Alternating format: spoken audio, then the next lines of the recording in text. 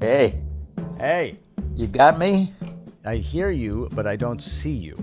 Am I supposed to see you? Why? Let's see. FaceTime HD camera. Okay.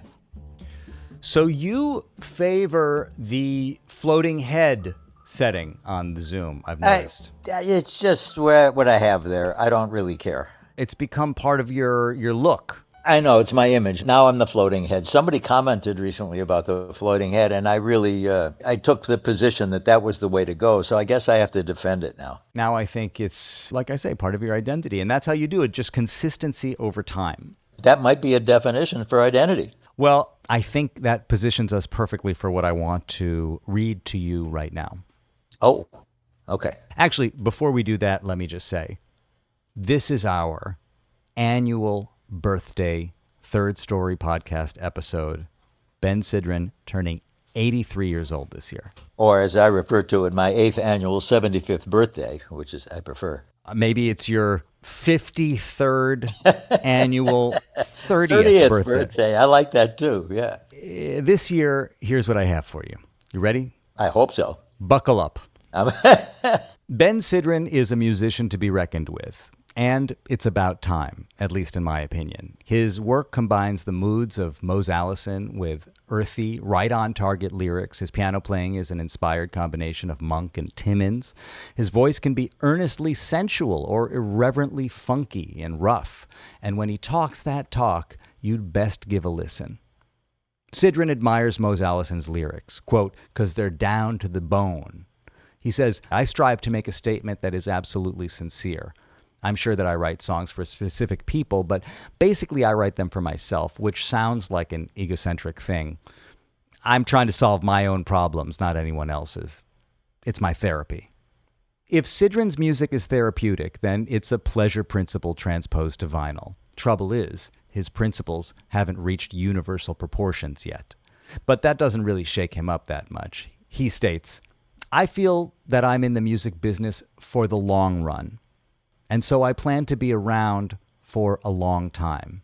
Actually, I'm in no hurry at all." Sidran has played piano since he was 7 years old back in Racine, Wisconsin. Quote, "I took lessons from a teacher down the street, but I've been fooling with the keyboard all my life, and for the last 10 years, quite seriously.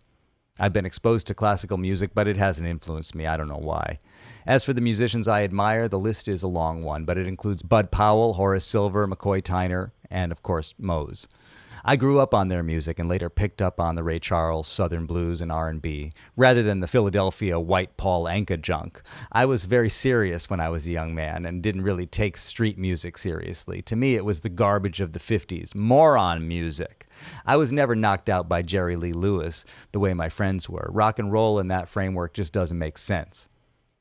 It's obvious that Ben Sidran has no sense of nostalgia for the 50s. He grins and says, "I didn't know from DAs and hot rods. Jazz was my friend. I had every record that Blue Mitchell ever made. I knew him so well I felt like he was my older brother. When I finally met him and got to play with him, it was like I was coming home. He had talked to me for so long, and finally now I got to answer back." Having jazz as a friend made growing up in the Midwest a little easier for Ben Sidran. Racine had a very cold-blooded Protestant atmosphere, he says. "I grew up around people who were on trips of heavy denial of their emotions and pleasure. Music was considered to be backroom stuff. Also, the black population was suppressed. You forgot that 40% of the population was black. Things started branching out for me when I went to the University of Wisconsin and met a lot of players my own age from New York City. I met Steve Miller and made a lot of money playing with him, hanging out and getting laid, not necessarily in that order."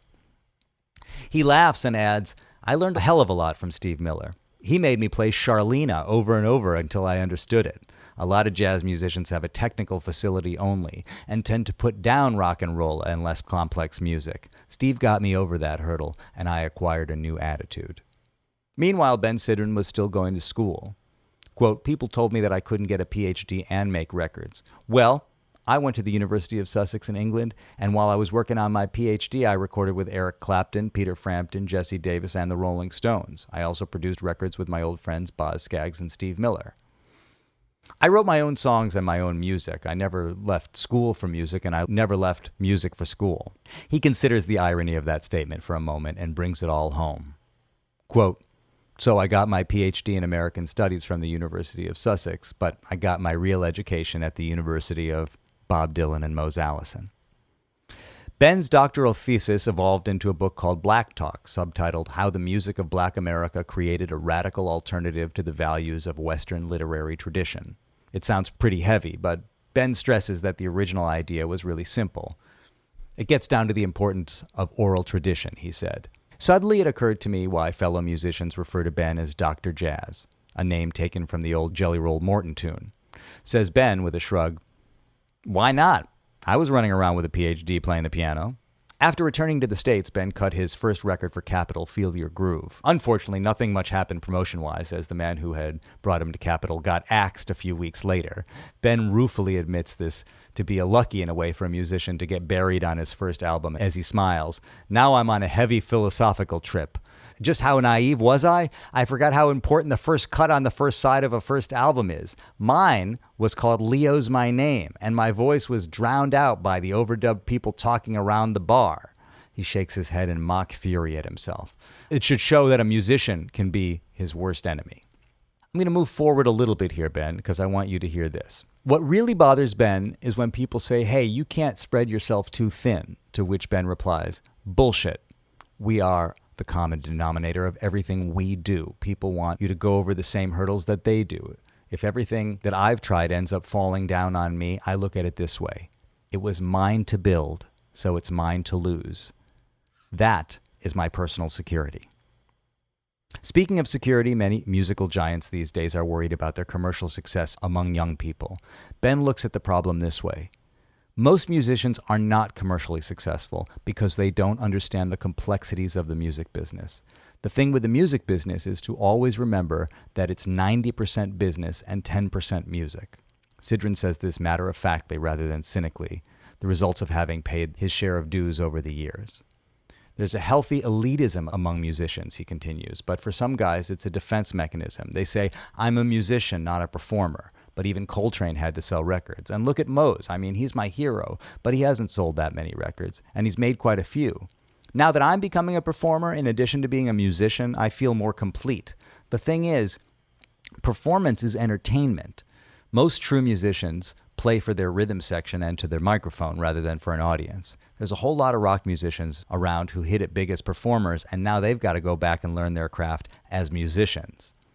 As for the methods that many musical greats are looking to reach the younger audiences, Ben sums it up this way. "What hurts me is when veteran musicians assess today's scene and feel forced to change their image, to be youth-oriented. I'm a bit skeptical when I see 50-year-old cats grow their sideburns and start dressing hip.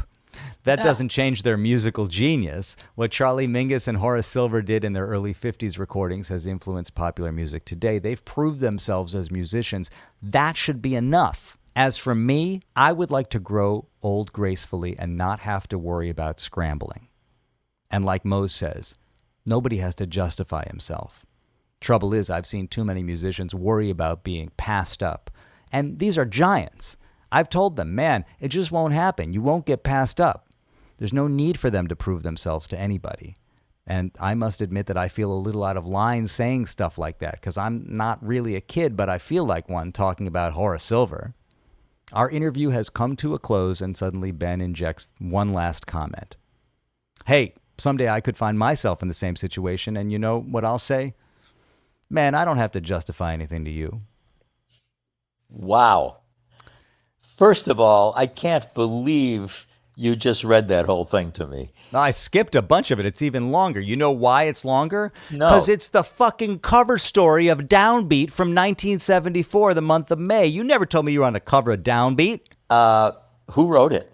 Dig this. Wait till you hear this shit. A young woman named Joan Levine wrote it. Joan Gannage.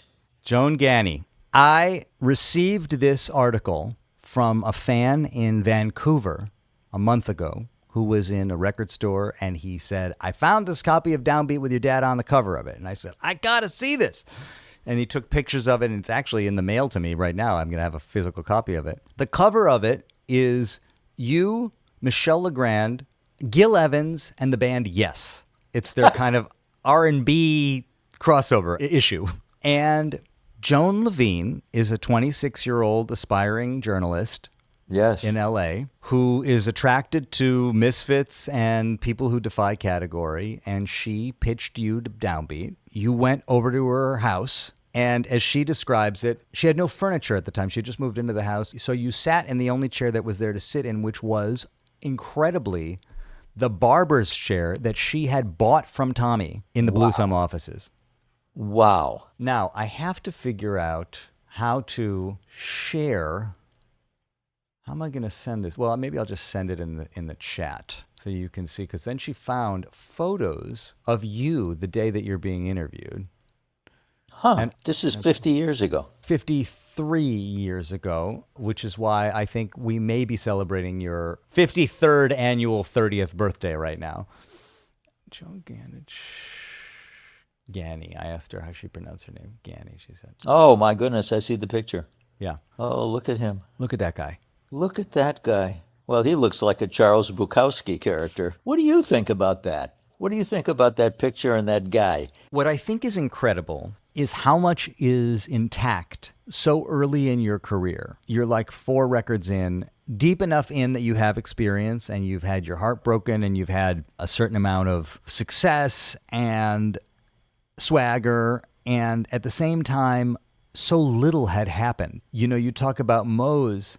Little did you know that you would have this wonderful decades-long friendship and creative relationship with him. You talked about the importance of the oral tradition before you ever interviewed people.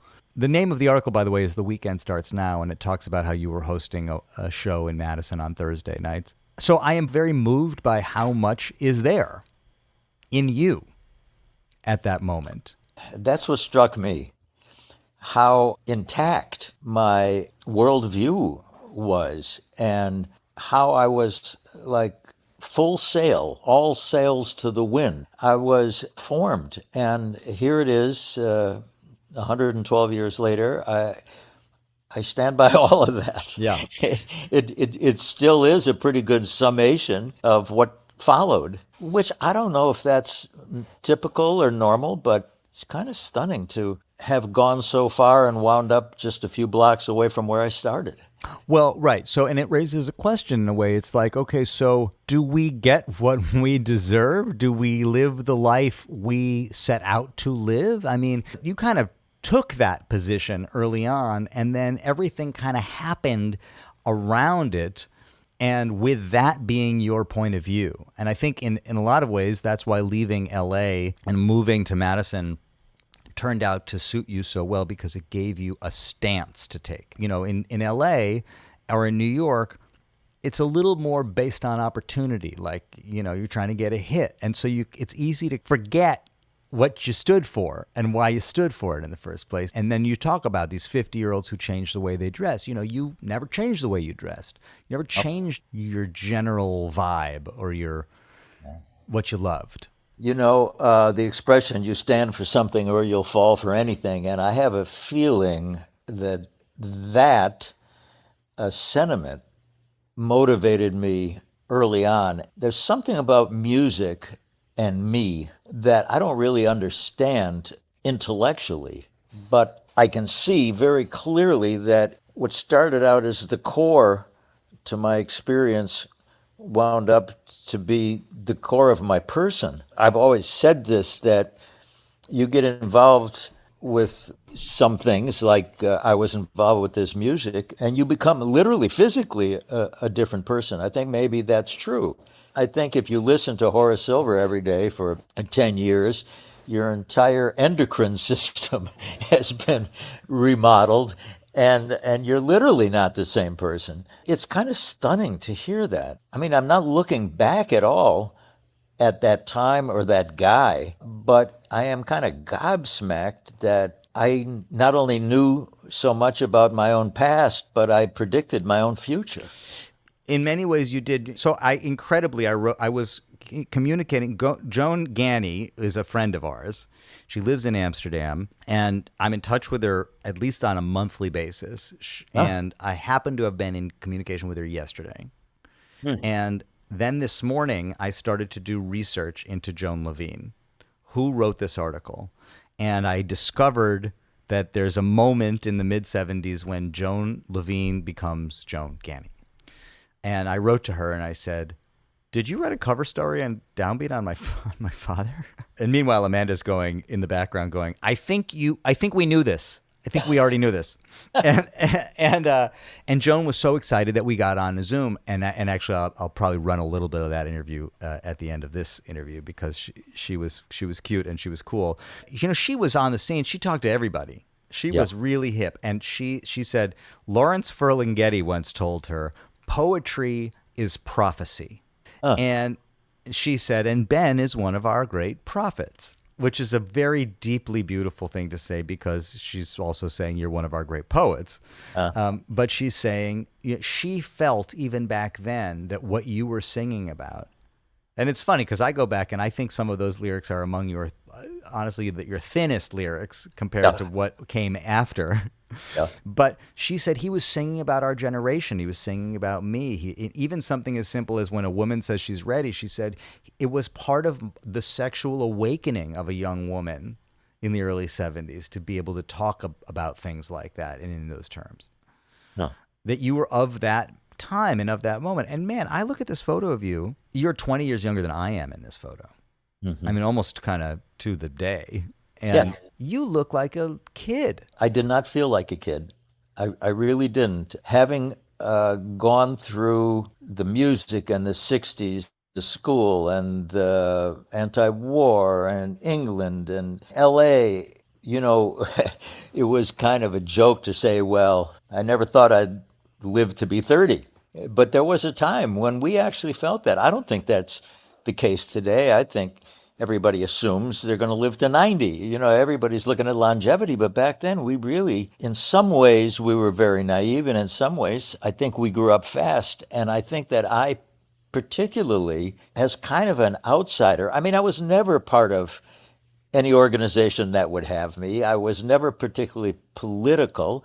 I was never particularly academic. Well, you know, my whole idea of first-degree searchers, which is some people are called, and they don't know why they're called. They don't even know what they're called for. But when they are out and about and they run into somebody else that has been called, they recognize them. Well, this was my conversation with Joan today because I said, Joan, I got to tell you something. I don't know what to make of this other than that you and I are members of the same tribe. But I also wonder, Ben, one thing I do feel in that interview, and that I often feel when I read and see documents of you, is that you were serious. You know, later on, you started to talk about how important the hang was. It's all about the hang and how important the humor of, even if it's gallows humor or whatever, the humor among musicians was. I don't feel that from you here.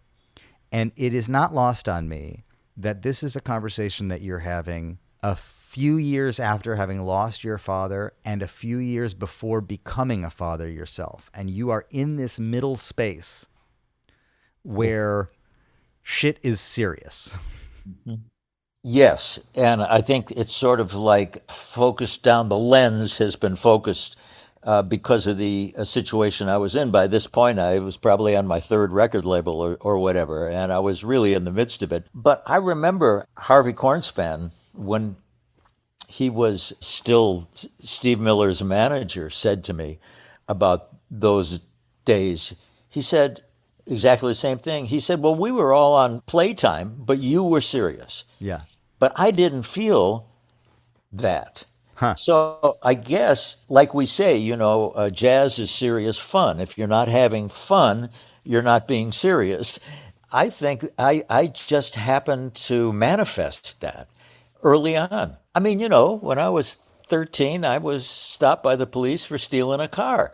That's not something you would assume that guy who did that interview would have in his portfolio of experiences. I mean, I was kind of not one thing or another. And I think that was always my strength. And it was clearly one of the reasons why to this day I remain somewhat obscure and hard to pin down, hard to put a pin in, hard to label.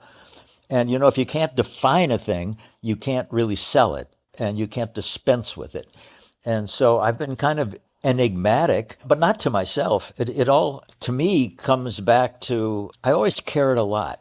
Caring. I mean, not about any one particular thing. Well, you know my whole feeling about this, that language fails us, that we label emotions. Oh, I'm afraid, I'm happy, I'm sad, but those are just made up labels. At bottom, there's just caring. There's just the feeling of revolving around the sun, as I wrote in the lyrics, without floor, without ceiling, without malice for anyone. There's something in that idea that I think I've been floating on. I think I've been floating on this emotional sense, and I think music has been my way of accessing it. The idea of somebody playing an interview for me that I did 30 years ago when I was 20, or 20 years ago when I was 30, would be very scary to me.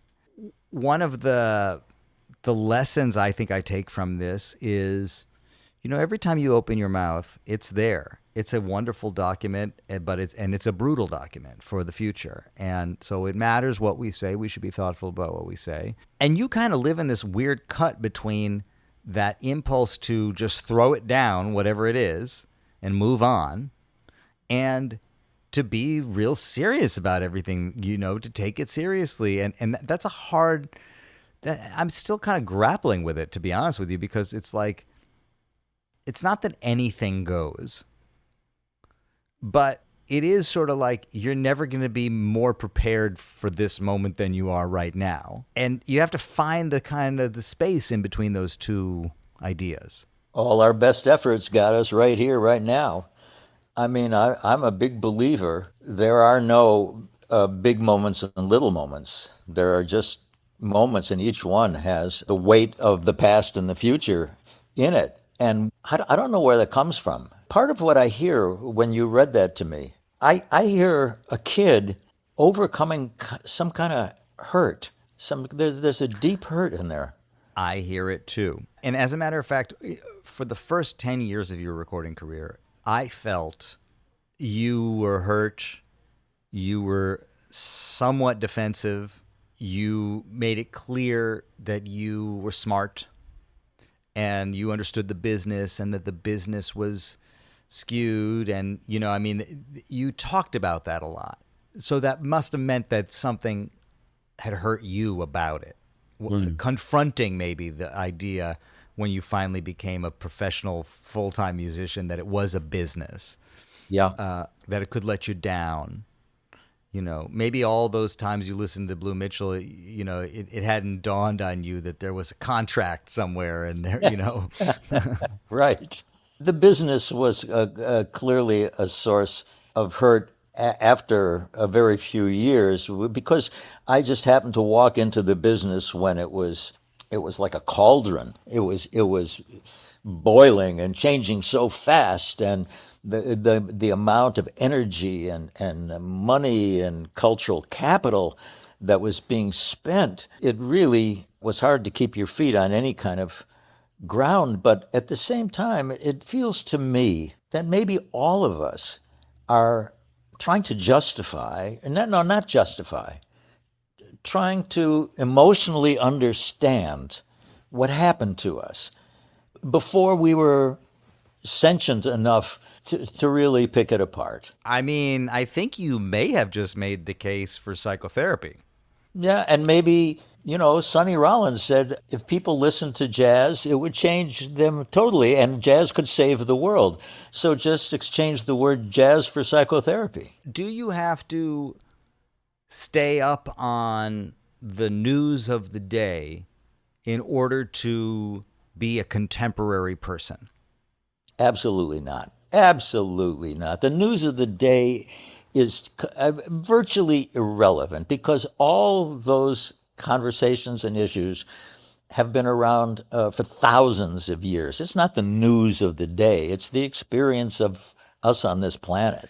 So how do we feel the experience shifting over time if it's not tied to the daily churn of the latest news or whatever's happening politically or culturally or what's in the charts or whatever? How do you feel time moving? Like, obviously, life feels very much the way it did in 1974 and very much not the way it did in 1974. This goes to entropy and noise. I mean, quite frankly, there's an arc to our life and our experience. And as you know, I think it's so nuts that, first of all, anybody would want to live forever or live to 120, but would make that the goal of something. So what? What? You get another 20 years? You're going to be forgotten. I'm going to be forgotten. It all goes to dust, you know? So that's not the mission. The mission is not longevity. And entropy is the issue. You know, not just entropy in your physical infrastructure, which is inevitable, but entropy in your emotional condition, entropy in your hopes and dreams, and entropy in your empathy. There you go. The entropy in your empathy. That's a big one. That's a big one. Well, going back also to the hopes and dreams and then into the empathy too, that's what I find myself wondering when I read that article about you from 1974. Like, what do you think that man was dreaming of? What came true? What didn't? What happened instead? Mm-hmm. Well, as my man Mose said, if you want to make your own breakthrough, you're going to have to lose a few. What didn't come true? Gee, an awful lot of ideas that I believed in didn't come to pass. Awful lot. One thing that turned out to be true is that if you practice, you get better. I mean, I'm practicing piano today. Oh, and this goes to Horace Silver. This is really cool.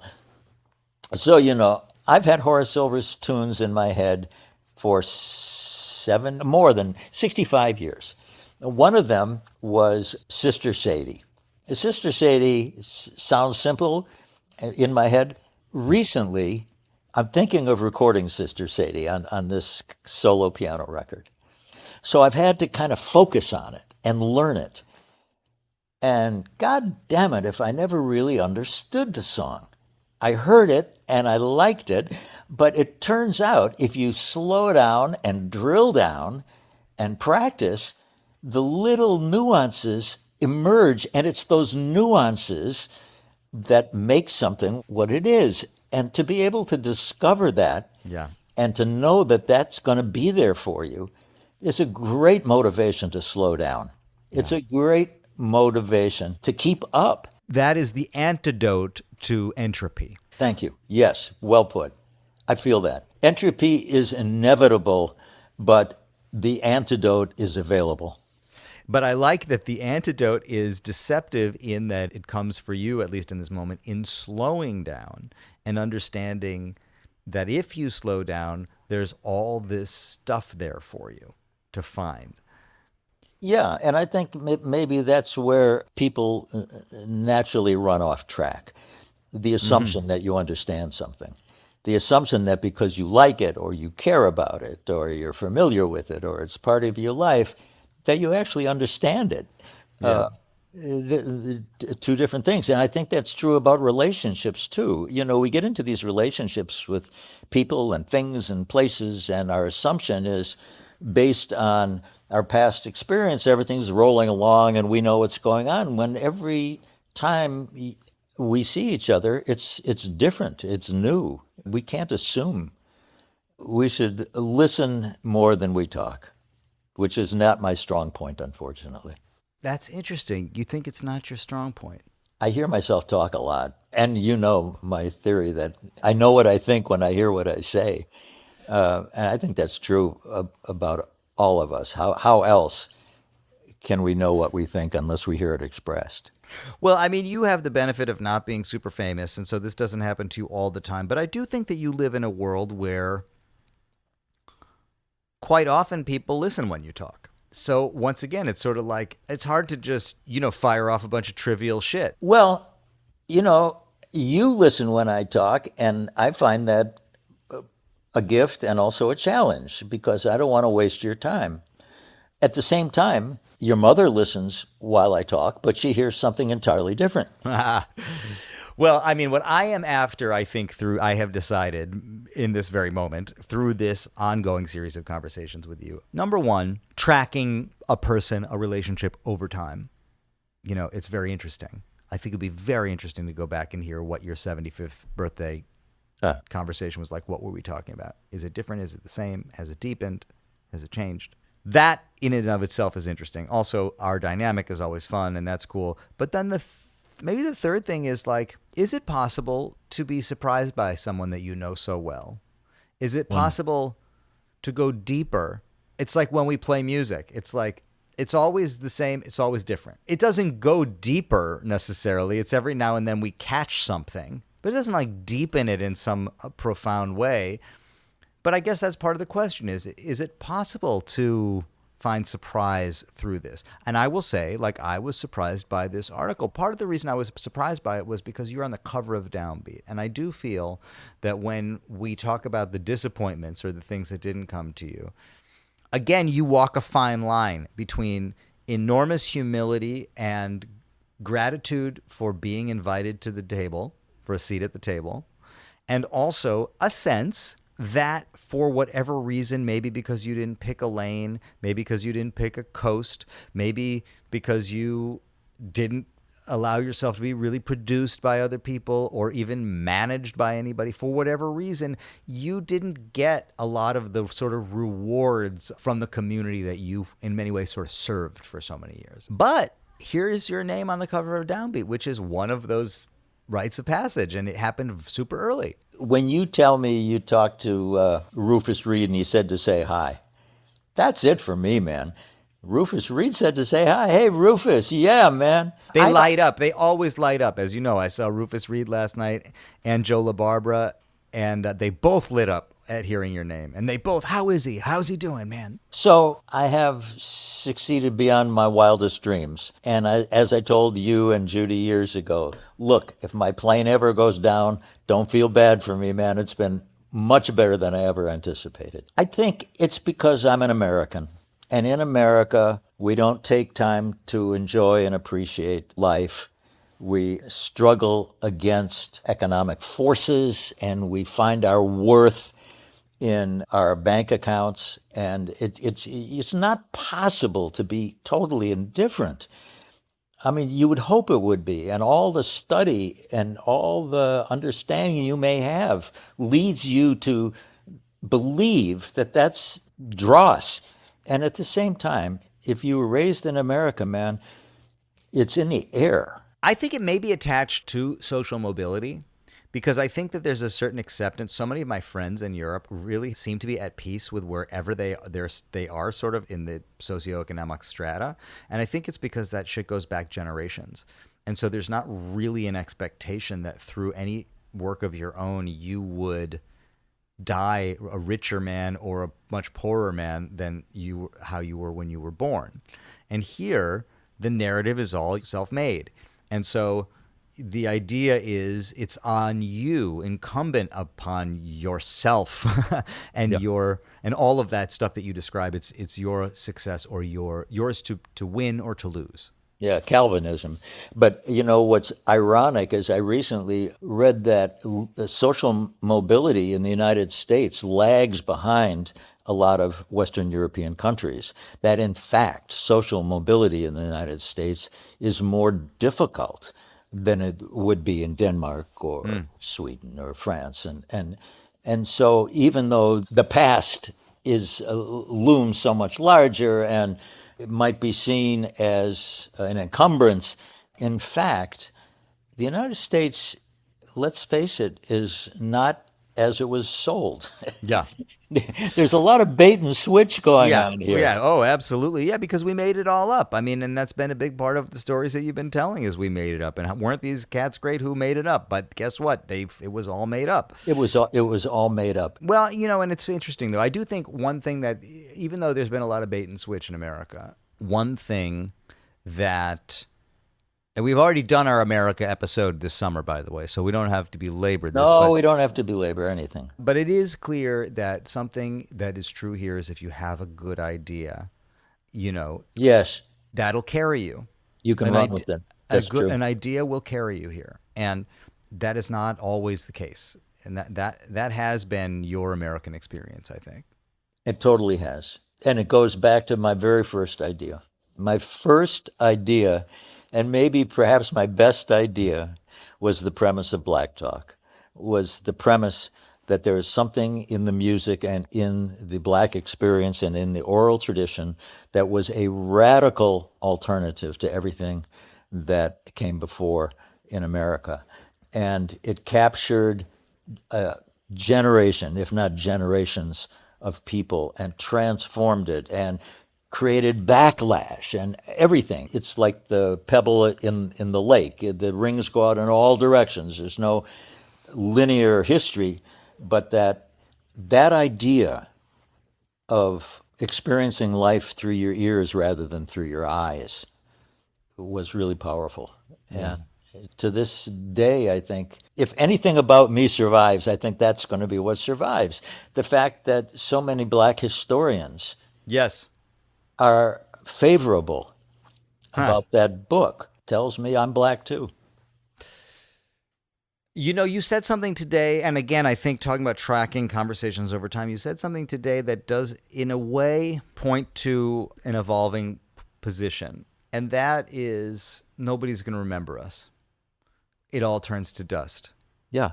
The idea that we will all be forgotten is either your response to a changing media landscape and an understanding that there was no way when you were younger and allowing the mantra to be let history decide. I'm going to make this work and we shall see what's valuable and what isn't over time. Yes.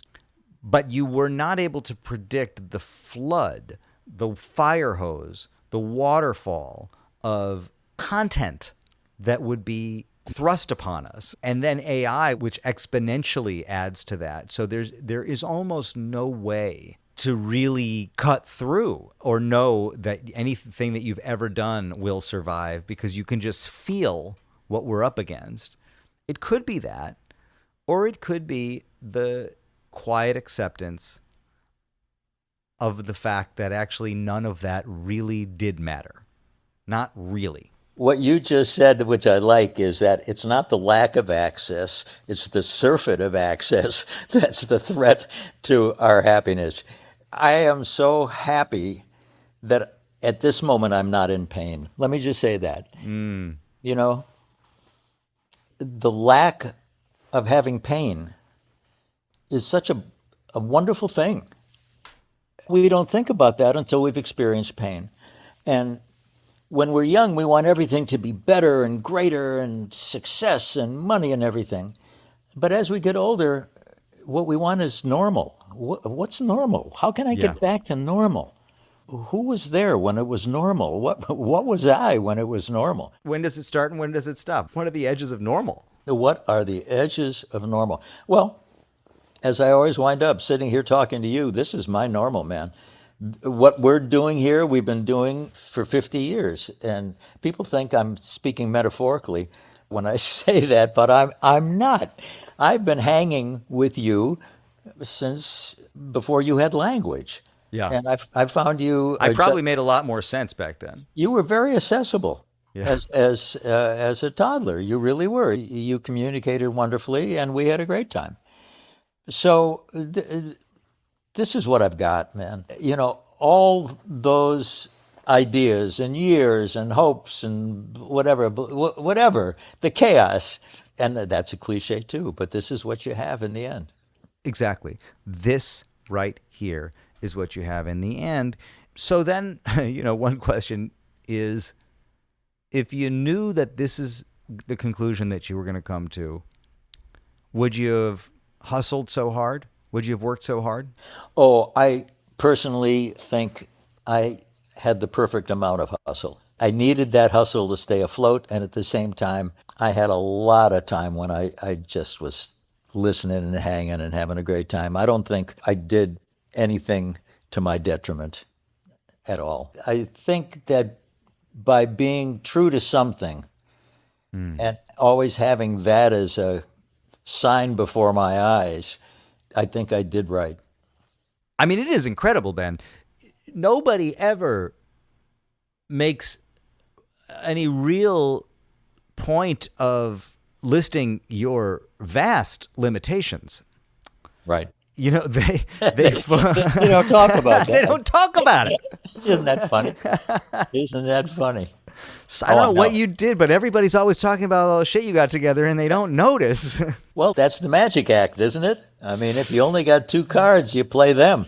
And then they say he's a Renaissance man, and and here I am. I'm just like trying to do 16 careers at the same time, and somehow I can't figure out how to take an afternoon and hang. And that's interesting, And I think of it as the curse of being able to do all these things, But it is in a way because it's like it's hard to choose. Well, that's right. Said another way, my limitations have been my advantage. And I'm sorry you're not as limited as I am. It's painful for you, but there you are. It's killing me. It's killing you. I know. But your work is killing me, man. I just so love your work. I can't tell you. First of all, because I understand where it comes from. But second of all, it's so good, man. Your songs, your conversations, your parenting. I hate the word parenting. I hate taking a noun and making it a verb, but I mean it. I mean, you're going to, I think, live to feel the same sort of acceptance. Well, you do say in this article, and it made me so happy. Obviously, we could always have a little more money in the bank, and we could always be a little more famous, and we could all have an extra Grammy. And there's a lot of things that I want for you still. But you say, I would like to grow old gracefully and not have to worry about scrambling. And that has come true. Yes. And you say, I want to be able to be at the later part of my life and say, I don't have to justify anything. And you say, and you know what I'll say, man, I don't have to justify anything to you. And if there's anybody you would ever have to justify anything to, I suppose it might be me, and you don't have to justify anything to me. Mm-hmm. I know. You know me too well.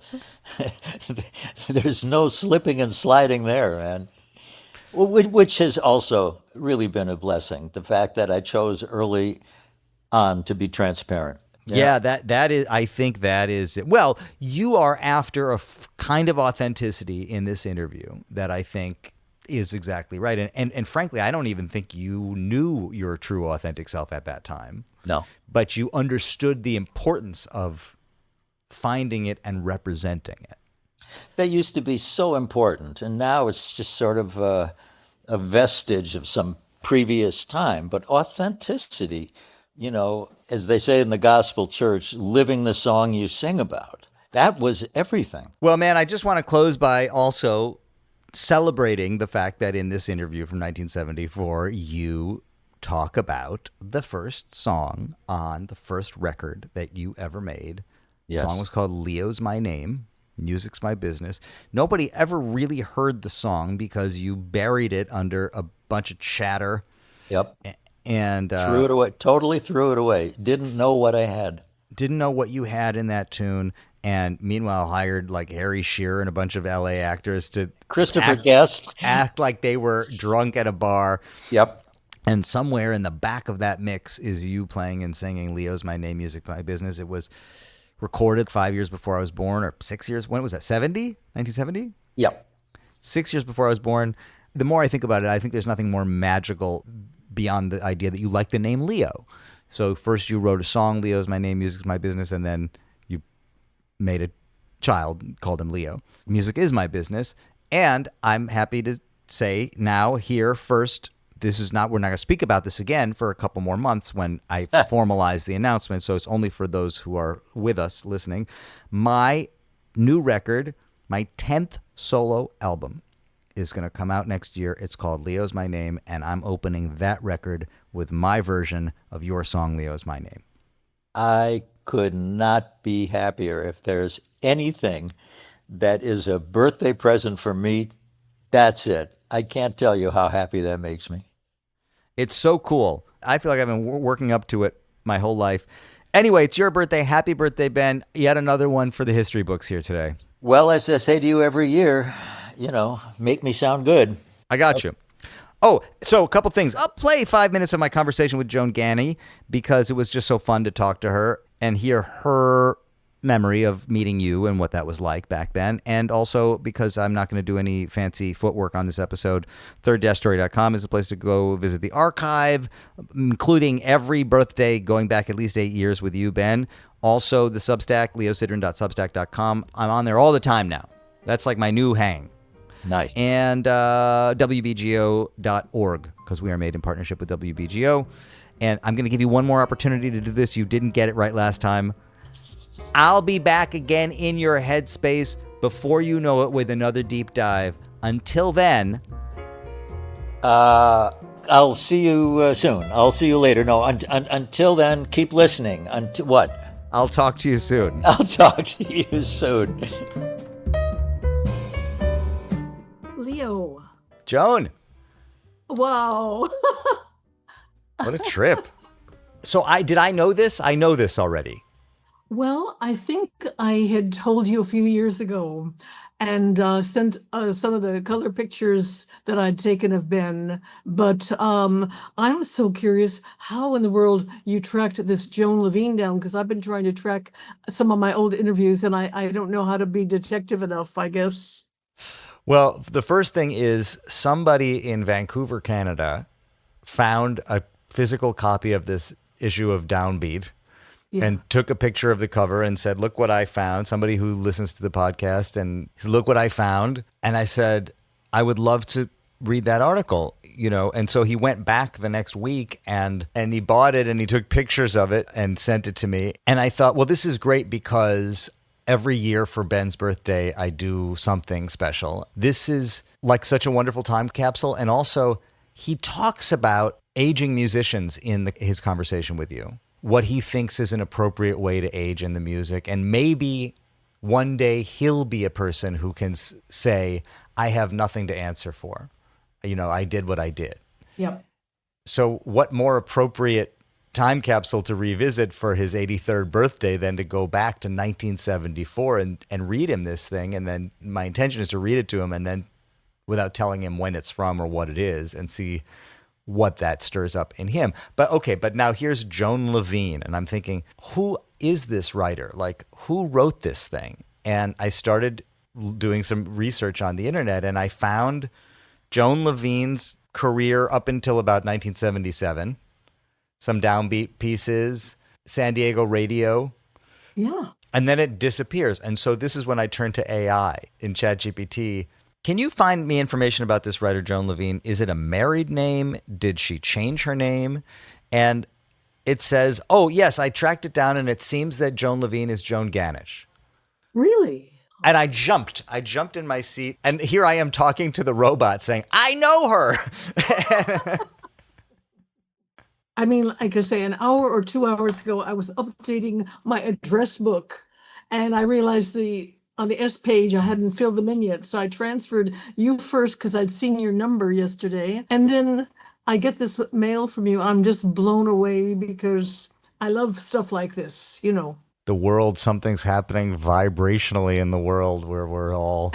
And I've had this secret dream because, you know, I had this wonderful radio show when I moved to LA called Off the Record. Yeah. And I was interviewing like everybody, talking about everything but what was on the record. We launched Born to Run on my show, and I did a petition campaign for John Lennon. I thought Leo is doing all the stuff I used to do and love, and that's why I'm such a fangirl to you, because I love your stuff. You know, I mean, you know, I adore you, but I always learn stuff. I get turned on to things, and I thought my secret dream, because I miss radio so much, and what are we doing, podcasts or the old radio, you know, and I thought I would love to be on your show someday, but never imagined it at all. Okay, so Joan, so tell me, I guess, since we're here, Yes. who was Joan Levine in 1974, and how did you find yourself doing this piece on Ben? I was 20-something in 1974. I was also a young mom and a university student and married, putting a husband through law school and marching for the women's movement. Wait, tell me again, how old were you? I was 26. 26. I just had started writing in San Diego. I had started the San Diego State College paper. I was bored out of my mind in a zoology class, and they said the newspaper needed reviewers. I thought, oh, what a cool way to get concert tickets. So slowly breaking in at the college newspaper. Then we had in San Diego a very hip paper that was a underground paper called The Door. I started writing for them because they didn't pay us, but we got 50 albums a week because they got all the promos. And they brought a young kid to me there one day who was 15 and said, "Could you take him along on your BB King interview?" I said, "I don't want some teenager hanging out." And it was Cameron Crowe. And Cameron and I became buddies because he liked all the stuff that I didn't like. He was into Led Zeppelin, and I was more into James Taylor or, Carole King and Crosby, Stills, and it was just perfect. So he and I were kind of buddies. And that film, Almost Famous, is just so nostalgic because it's just, I mean, he's amazing, and it was wonderful to have those times back then. And meanwhile, I wrote an article for The Door about the cool FM radio stations, and the program director at the number one station in San Diego said to me one day, "You have a great voice." And I said, "Really?" I said, "I've always been self-conscious because I pronounce everything so clearly." He said, "No, have you ever thought about radio?" I said, "I've dreamed about radio." I got my FCC license and all of that and became the first female DJ on KPRI. Breaking in again, well, from the college paper and The Door, I thought I'm going to try the LA Times. And Chuck Champlin, who was the film critic there, mentored me. And my first interview was, I think it was Bette Midler, The Last E is Silent, stuff like that. And then I thought, I want to write about jazz. I'm going to try Downbeat. So that was just the kind of thing in those days. Everything was possible, and you just tried it. I had a friend and I said, "I want to write for Esquire." And he said, "Well," he said, "that's good." But he said, "There's a ladder." And he said, "You're on the ladder, you're climbing it up, and go step by step. Because if you try and you skip all those middle steps, you might reach Esquire. Maybe you'll do something, but you're going to fall down. So do it steady." Yes. I never got into Esquire, but I did get into Penthouse. And in those days, the men's magazines paid so well. Yeah. So I was writing about Henry Miller and Joan Baez and Bruce Dern and, the oddballs. I like writing about quirky people that weren't so known. And okay, coming full circle, how I discovered Ben. Yeah. I discovered him, I think, from a slush pile at KPRI. I think I saw this. And I thought, what's going on here? And I thought I had heard his name involved with the Steve Miller, but not really. And it was interesting because he spoke to me, like chances are. And when a woman says she's ready, it was all about stuff of my sexual awakening, really, in beginning 30s. I mean, truly, that was our jam music, it was just lots of stuff that Ben was writing about. It crossed all kinds of borders into what was going on. And I met and knew Lawrence Ferlinghetti pretty well years ago, the poet, and he told me once, poetry is prophecy. And I look at Ben's lyrics and I think Ben has been a prophet. I will say, reading your interview with my father from 1974, I do feel, this is for me to talk about with him, but I do feel that it is a wonderful window into who he was before he became a father. I was born 2 years later. He's still a young man proving himself in a certain way. Of course, you were even younger, so to you, he seemed like he was this adult, maybe, or something. But grown up, definitely. Grown up. Did you do the interview in San Diego? Did you go to Madison? Was it in L.A.? No, it was in LA. I was living in LA then. We had moved back because we were students in San Diego, so we moved back to LA, and that's when I also had this talk show on K West Radio called Off the Record. In '74, I wanted to get into Downbeat, and I realized Ben would be ideal for that. And I knew the guys at Blue Thumb, mainly Bob Krasno. I got to meet Tommy later by the bobber chair. But I used to go over there to the offices and we were talking. Then I realized Ben would be ideal. Because I like quirky people and also people that weren't that known yet or were known in certain circles but needed to be more known. And I was very green. Ben was living in Madison at the time. So he came to my house. We lived in Westwood. And we had a very funky kind of house in an old Spanish bungalow building, very nice house, but we didn't have furniture yet. So we just had all these pillows, like you would do, kind of hippie Indian bedspread things. But I had this barber chair, I think he sat in that, which was weird because it was tummies, but we didn't talk about that. But at any rate, I remember being very nervous, like, oh my gosh, I'm bringing somebody into my home, and will it be okay? And how do I do this? And all of that. So I really did my homework, and I had my notes, and I had 2 young children, and they were, not home yet. So, you're balancing all these things. And I remember, and it was pleasant surprise. He was shy, isn't the right word, but he was very low key. I used to interview everybody, and sometimes the macho, people like, well, going to interview Isaac Hayes once for, I forget which magazine, maybe it was Cosmopolitan, and he opened the door wearing just red Speedos. This was way before Me Too, and I don't think he was up to anything, but still, as a young woman, I thought, do I go into that Beverly Hills mansion? And I had a mom that had been a glamour photographer, so she always taught me, just go for the job, be professional. So I wasn't wearing mini skirts and all of that, even though that's what everybody did. I was really, trying to be very professional. But I remember I thought, I got to do something, and I'm not sure what, but I got to do something. I remember, Mr. Hayes, I'm so sorry. I obviously arrived too early. I'll wait while you finish getting dressed. And he did it. He came back, and it was cool. And it was just all about, but again, and I want to come right back to Ben, this was interesting times for young women, because it was a man's world also. Some of the guys at DownBeat were really challenging, and, being the only really woman writer at that time there, and also being, covering Muhammad Ali, being the only woman writer there in the camp, and no interviews, and, having to say, well, he has to have time for an interview. What does he do? And he trains. And I said, well, I can run, because I was running, and I ran with Ali every day on the golf course to get the interview. So with Ben, it was such a pleasure, because I was not intimidated, but I really felt I needed to show him that I'd done my homework and that it was going to be a good interview.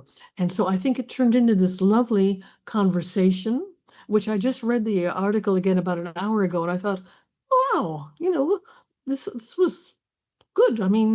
Because it was one of my early pieces. So I'm very proud of it. And I just remember him forthcoming. I think he saw I was sincere, loved the music, dug it as much as I could at that young age, but still the feel of it. I think my sense of him was, he was kind of a musician's musician. I love that Dr. Jazz thing, because that also seemed to say everything. Like, I'll fix it. I'll be the producer, or I'll be the engineer, I'll be the arranger. I'm the man of many hats, but I got it. Yeah. And I'm going to make it better.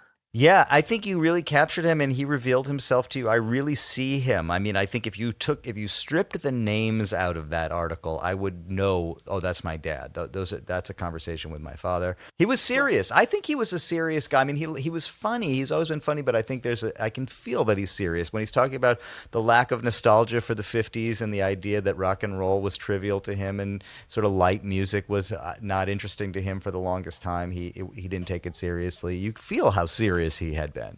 Oh, yeah. And then the whole fact of him going off to Sussex. Who did that then? Well, and interestingly, here we are talking, and you, as long as I've known you, you've lived in Amsterdam. You've been a proper American expatriate as long as I've known you. Yeah. At the time, you were this California girl, and he was the one who was back from England. Now here you ended up spending a big part of your life abroad. When do you think you crossed paths with him again after that? That was in 1974. I crossed paths with him in San Diego at the Blue Door bookstore when he was doing this signing. I have to remember, I guess I'm seeing if there's a date in Black Talk. Then after that, I ran into him again when he did that other book in the 90s. And and the thrill of my life was having dinner with him and Judy a few years ago in Amsterdam.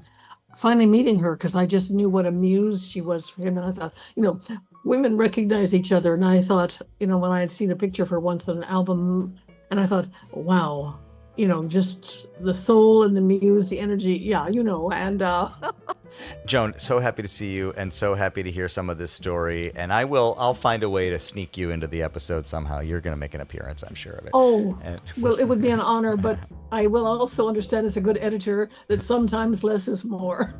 Fantastic. Right. Love to everybody. Love to you, Joan. So happy to see you. Bye-bye. Bye-bye. Ciao. This has been a WBGO Studios production. To learn more about WBGO Studios' award-winning podcasts, special concerts, live streams, and more, visit wbgo.org/studios.